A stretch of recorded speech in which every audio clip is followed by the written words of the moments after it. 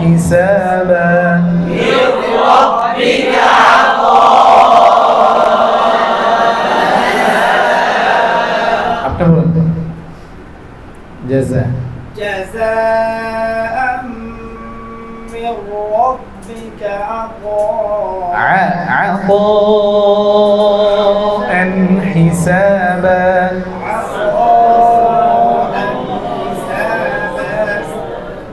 সবচেয়ে সিদ্দিকাল মুনশাউই এই সুরে মাস্ক করাইতে এবং মুআখাজা করতে পড়া মাস্ক করাইতে এবং তাদের থেকে শুনতে সুবিধা বেশি এই সুর বেশি। আরেকজন বলেন, আপনি বলেন জারি টুবি। হ্যাঁ জাযা ছয় হরকত করেন, ছয় হরকত করতে না বললে চার হরকত মিনিমাম।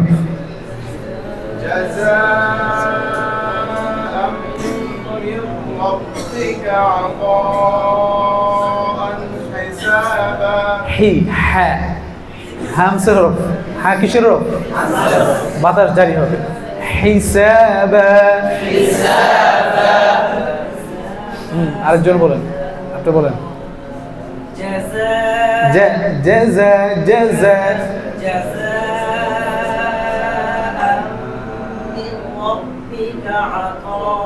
আতো ঠোঁটগুলো হবে না।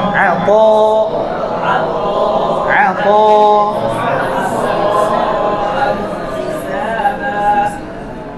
আটটি হরফ এমন আছে, হ্যাঁ ঠোঁট গোল, অনিচ্ছাকৃত ঠোঁট গোল করার কারণে একটি অতিরিক্ত ওয়াও হয়ে যায়। কয়টি হরফ আছে? কয়টি হরফ? এর মধ্যে তো একটা, যেমন আমরা যদি বলি আতো আতো আতো ওয়াও হয়ে আছে না? হয়ে গেছে নি? অনিচ্ছাকৃত হয়েছে কিন্তু এটা ঠোঁট গোল করার কারণে। অথচ ঠোঁটের মাত্রা, তোর মাত্রা কিন্তু ঠোঁট দিয়া নয়, ঠোঁট দিয়া আতো যদি বলি ওয়া হয়ে যাবে। ওয়া হয়ে গেছে না? ওয়া হয়েছে নি একটা? হ্যাঁ হয়েছে। এরপরে তাও ওয়া হয়ে গেছে না? এরকম আটটি হরফ আছে। হ্যাঁ আটটি হরফ ঠোঁট গোল করার কারণে অনিচ্ছাকৃত ওয়া হয়ে যায়, যার কারণে তেলাওয়াত লাহনে জলি হয়ে যায়। লাহনে জলি পড়লে নামাজ শুদ্ধ হবে না, ফাসেদ হয়ে যাবে।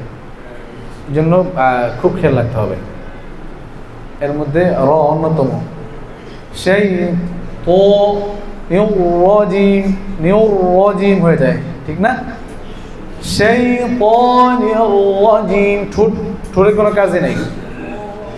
সেই পনিরজিম